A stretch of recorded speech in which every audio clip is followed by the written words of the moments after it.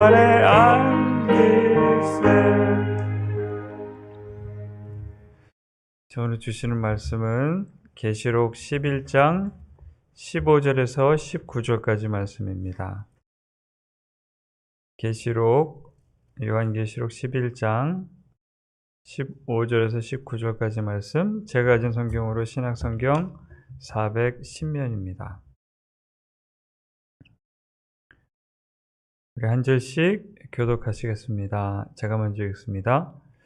일곱째 천사가 나팔을 불매 하늘에 큰 음성들이 나서 이르되 세상 나라가 우리 주와 그의 그리스도의 나라가 되어 그가 세세토록 왕노릇 하시리로다 하니,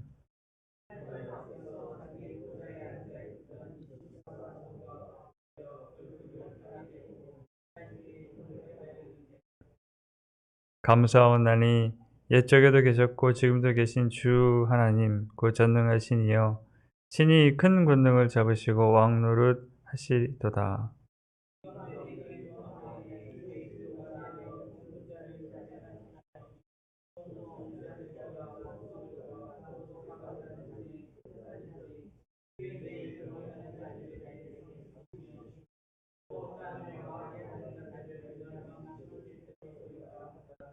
함께 읽으십니다. 이에 하늘에는 하나님의 성전이 열리니 성전 안에 하나님의 언약궤가 보이며 또 번개와 음성들과 우레와 지진과 큰 우박이 있더라. 아멘. 함께 기도하시겠습니다. 모든 은혜를 감사합니다. 삶의 힘든 가운데서도 주님께서 우리에게 예수 그리스도의 권능으로 예배로 인도하심을 감사합니다.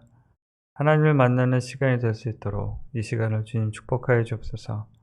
우리 안에는 죄가 깨끗게 되며 우리 안에는 연약함이 위로받고 강건케 되는 시간으로 주여 축복하여 주옵소서. 우리에게 주의 영광을 나타내시며 주님께서 홀로 영광받아 주옵소서. 예배를 방해하는 어두운 것들의 세력을 잠잠케 하시며 주님께서 기뻐하시는 예배 드릴 수 있도록 인도하여 주옵소서. 예수님의 이름으로 기도합니다. 새벽에 일찍 일어나셔서 우리 예배에 나오시는 게 어떠세요? 힘드셔요? 이제 익숙해지신 분들은 그냥 자동으로, 그렇죠? 아침에 일어나서 나오시고, 오늘은 하나님께서 어떤 은혜를 주실까 이런 기대감에 예배에 나오기도 하고요. 어떨 때는 정말로 힘들게 간신히 늦으면 어떡하지? 빨리 운전해서 올 때도 있고요. 근데 한결같으신 하나님이십니다.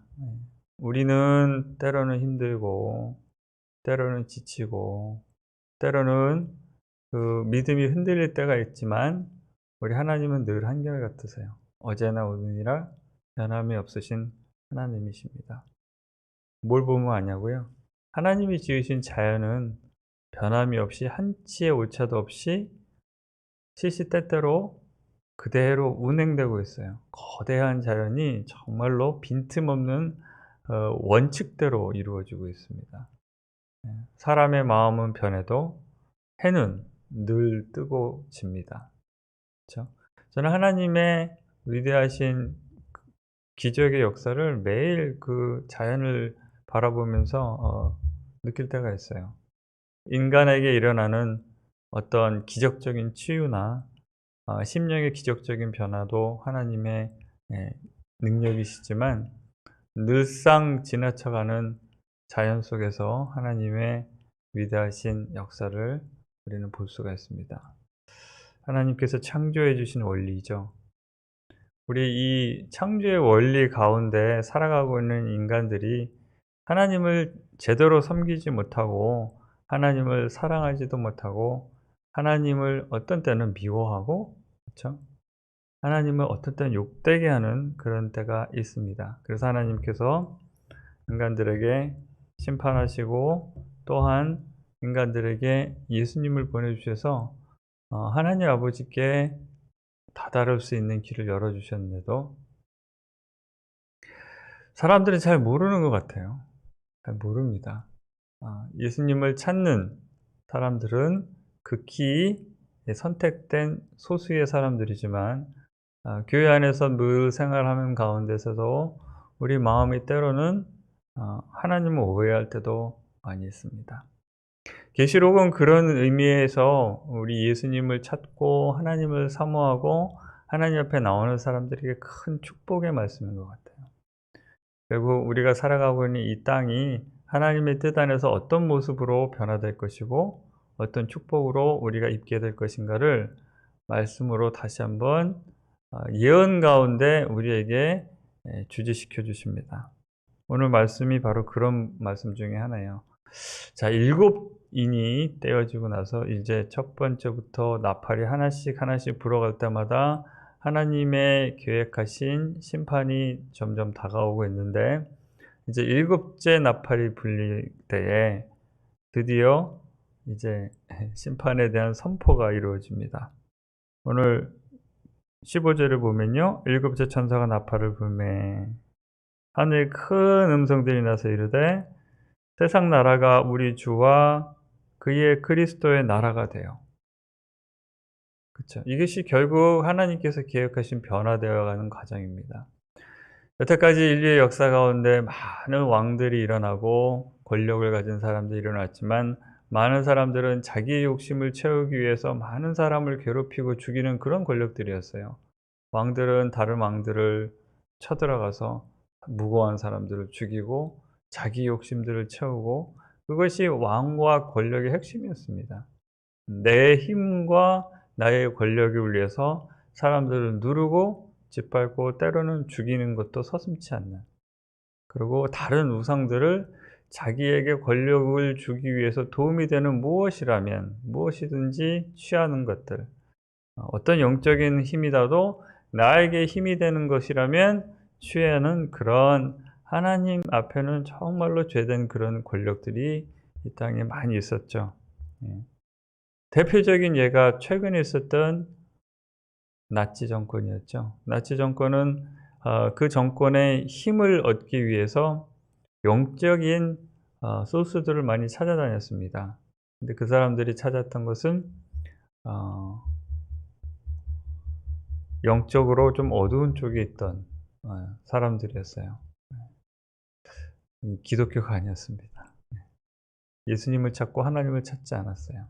어떤 영적인 존재든지 정권을 강하게 한다면 무엇인지 찾았어요. 그런 세상의 나라들이 어떻게 변하냐? 이런 세상의 나라들이 우리 주와 그리스도의 나라가 된다고 그랬어요. 그래서 참 하나님이 이 땅의 나라들의 왕이 되시는 것을 선포하고 계십니다. 그러면서 이제 이 하나님 앞에서 보좌에 앉아있던 24장로가 얼굴을 땅에 대고 하나님께 경배하여 이르되, 여러분들 이 경배하는 모습을 한번 머릿속에 한번 그려봅니다. 우리가 예배를 드리기 위해서 교회에 옵니다. 제가 캐톨릭 교회에 방문한 적이 있는데요. 캐톨릭 교회는 그 의자 앞에 이렇게 무릎을 댈 수 있는, 이렇게 내리면, 그쵸? 무릎을 꿇고 예배를 드릴 수 있도록 무릎을 대는 그런 받침대 같은 게 있어요. 그래서 예배 드리다 순서가 되면 그 받침대 그 무릎을 꿇고 기도를 하고 이제 예배를 드립니다. 또 이제 다른 종교에서도 보면요, 이슬람에서는 흔히 볼 수 있죠. 이슬람 믿는 분들은 무릎 꿇고 머리를 땅에 대고 이렇게 기도를 하죠. 경배의 모습은 바로 이런 것입니다. 우리가 현대 교회에서는 우리가 마음으로 경배 드린다고 하지만 몸으로는 이렇게 표현을 안 하는데, 정말로 나의 모든 것을 그분 안에 낮추고 그분 안에 모든 것을 이렇게 드리며 그분 앞에 모든 것을 항복하는 거죠. 서렌더를 한다고 그러죠. 그런 모습으로 예배를 드립니다. 정말로 납작 엎드려서 하나님 앞에 나의 모든 것을 드리는 그런 모습으로 예배를 드리는데요. 그러면서 이 장로들이, 인간의 입장에서 보면 이 24장로들은 선택받은 사람들이고 하나님의 영광의 보좌에 있는 큰 사람들이고 높은 사람들입니다. 하지만 이 사람들이 하나님 앞에 정말로 머리에 땅을 대고 자기의 모든 것을 다 드려서 겸손한 모습으로 예배에서 선포하는 말이 감사함나니 옛적에도 계셨고 지금도 계신 주 하나님 곧 전능하신 이여 친히 권능을 잡으시고 왕노릇 하시도다. 그 왕이 되십니다. 하나님께 권세가 있으시고 하나님께 능력이 있으십니다 하고 선포하며 예배를 드리고 있어요. 그러면서 중요한 말을 합니다. 이방들이 분노하며 주의 진노가 내려 죽은 자들을 심판하시며 이제 심판의 때가 왔다고 말씀하고 계세요. 죽은 자들을 심판하시며 선지자들과 성도들과 작은 자든지 큰 자든지 주의 이름을 경배하는 자에게 상 주시며 그렇죠. 또 땅을 멸망케 하는 자들을 멸망시킬 때로소이다. 각자에게 각자의 몫을 주는 것을 정의라고 합니다. 하나님의 정의로우신 분이신데 바로 이 하나님의 정의가 이제 이루어지는 때가 온 거죠. 예전에 이 계시록 전반부에 보시면 순교한 사람들이 하나님 앞에 와서 서원하는 것이 있어요. 하나님께 정말로 간구하면서 언제 심판하십니까? 언제 심판하십니까? 계속 밑에서는 사람들이, 땅에서는 사람들이 죽어가고 있는데 우리가 죽임을 받은 것처럼 죽어가고 있는데 이렇게 억울한 죽음을 우리가 당했는데 언제 우리 원수 갚아주십니까?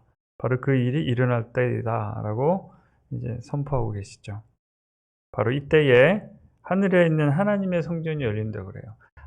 하늘에 성전이 있습니다. 우리 모세가 하나님께서 보여주신 모습대로 이 땅 위에 성막을 지었죠. 성막을 지을 때 그 지시가 너무너무 자세합니다. 저는 이 성경을 읽다 보면 무슨 건축을 하는데 블루프린트가 있잖아요. 그림으로 그리는데 말로 이렇게 자세하게 어떤 모습을 묘사하는 것을 성경의 다른 곳에서 그렇게 찾기가 힘들지 않을까 할 정도로 너무너무 자세하게 이 묘사를 하고 어떻게 지을 것인가를 알려주셨는데 그때 하늘에 있는 이 성전을 보고 모세가 이것을 지시를 받았다고 했는데 바로 그 성전이죠. 하늘에 있는 참 하늘의 성전, 성전에는 하나님의 언약궤가 있다고 그래요. 하늘에도 우리 이 땅에만 언약궤가 있는 것이 아니라 또 번개와 음성과 우레와 지진과 큰 우박들이 있더라. 그래서 이 심판에 대한 말씀을 접할 때마다 저는 묵상을 해봅니다. 언젠가는 지금 이 본문은 때가 왔다고 그러죠. 심판할 때는 언젠가는 우리가 이 땅에 사는 인생이 끝나고 예수님이 이 땅에 오셨는지 아니면 우리가 세상을 떠나서 하나님 앞에 서든지 언젠가는 우리가 하나님 앞에 서잖아요. 그렇죠? 심판되면 설 텐데 그 모습을 한번 상상해 봅니다. 예수님이 앞에 계시고 하나님이 앞에 계시고 아니면 내가 이렇게 서 있고 나는 어떤 자세로 어떤 마음으로 하나님 앞에 서게 될까? 그러면서 이런 생각이 들었어요. 매일매일 사는 가운데 내가 이 심판을 준비하며 살아야 되지 않을까? 왜냐하면요. 말씀은 분명히 말씀하십니다. 우리가 어떻게 이 땅을 살면서 행했는지에 따라서 행위에 따라서 심판을 하신다고 그러죠. 행위에 따라서 각자에게 각자의 몫을 주신다고 그랬습니다. 오늘 본문 말씀처럼 이 땅을 멸망시킨 사람은 멸망할 거고 이 땅을 해치는 사람들은 멸망할 거고 하나님을 경배하고 하나님의 이름을 경외하는 자, 주의 이름을 경외하는 자들은 하나님께서 상 주신다고 그랬어요. 하루 동안 내가 한 일, 아침에 일어나서 밤에 잠들기 전까지 내가 한 일들, 그 일들을 가지고 하나님께서 나를 심판하실 텐데 그러면 어제까지 내가 한 일들 하나님이 어떤 모습으로 기록을 해놓으신지 그 기록이 돼 있겠죠. 생명책이 있고 행위의 책이 있다고 그랬죠. 내 행위의 책에 내가 모든 한 행위들이 기록되어 있을 텐데 오늘도 내가 아침에 일어나서 잠들기까지 내가 하는 모든 행위들이 하나님의 나라에 기록이 되고 그에 따라서 내가 하나님의 심판 앞에 설 때 심판을 받는다. 그러면 매일매일이 나는 하나님 앞에 심판대에 서는 마음으로 살아야 됩니다. 왜냐하면 매일매일 한 행위의 결과가 심판에 영향을 미치기 때문에 그래요. 네. 나의 죄의 심판에 대해서, 내가 지은 죄의 심판의 결과에 대해서 영원한 불문에 떨어지지 않는 것은 예수 그리스도의 보혈의 공로 덕분에, 그쵸? 예수님께서 나의 죄를 대신해서 십자가에 못 박혀 돌아가셨 그 공로 덕분에 나는 지옥의 두려움에서는 벗어날 수 있겠죠. 그쵸? 그거는 하나님께서 우리에게 주신 은혜니까. 하지만 그 외에 상급과 꾸짖음 받는 거에 대해서는 어떨까요? 하나님 앞에 섰을 때 부끄러운 모습으로 하나님, 내가 예수님께서 나를 구원해 주셨는데 나는 이렇게밖에 못 살았네요. 이런 모습으로 설까요? 아니면 하나님, 그래도 저는 그래요. 남들만큼 못했지만 제 나름대로는 최선을 다했습니다. 남들만큼 많이 전도도 못했고 남들만큼 뭐 많이 기도도 못했고 열심히 신앙생활도 못했지만 제가 처한 상황에 있어서는 정말 최선을 다했습니다. 아니, 이렇게 이야기하기 전에 하나님께서, 예수님께서, 그래, 내가 널 안다. 네가 힘든 상황 속에서도 꿋꿋이 잘 견디고 열심히 나의 이름을 욕되게 하지 않기 위해서 참고 견디고 살았지. 그래, 수고했다. 이렇게 칭찬받을 수 있으면 좋겠어요. 그렇죠? 결국은 오늘 이 본문 말씀이 하는 하나님의 나라가 임하시고 하나님의 백성으로 살아갈 때에, 이젠 그때는 이미 내가 어떤 상급을 받을지 결정하는 것은 늦죠. 왜냐하면 이제 세상이 끝났으니까. 이 땅을 살아가는 동안에 내가 하는 하루하루의 삶의 일이, 우리가 공로를 쌓는다고 그러지 않습니까? 공 쌓는다. 하나님께서 나의 무슨 행동을 보시고 그것을 공로로 받으시고 그것으로 상을 주실까? 바울의 고백이 생각이 납니다. 저는 이 사람의 삶을 처음에 알게 됐을 때 성경을 읽으면서 정말 이 사람처럼 되고 싶지 않다고 솔직한 고백을 자신에게 한 적이 있어요. 너무너무 힘들고 너무너무 파란만장한 삶을 살았습니다. 근데 바울뿐만이 아니라 하나님께서 성경에 우리에게 본이 되도록 보여주신 하나님을 믿는 사람들의 삶을 보면요, 평탄한 삶이 없어요. 삶을 살다가 큰 어려움을 겪거나 하나님을 믿는 믿음은 있지만 삶 가운데는 늘 고통과 고난이 따랐습니다. 그러나 성경에서 그 사람들의 삶을 우리에게 보여주는 이유는, 이 사람들이 삶의 어려움과 고난을 겪으면서도 하나님을 믿는 믿음을 굳건히 지킨, 끝까지 지킨 그 본을 보이라고 우리에게 알려주신 것 같아요. 바울이 그렇게 얘기하죠. 나는 오늘도 달려간다. 내가 여태까지 이루어진 것과 상관없이 내 앞에 하나님께서 준비하신 그 상급을 바라보며 표대를 향해 달려가는 경주를 오늘 한다.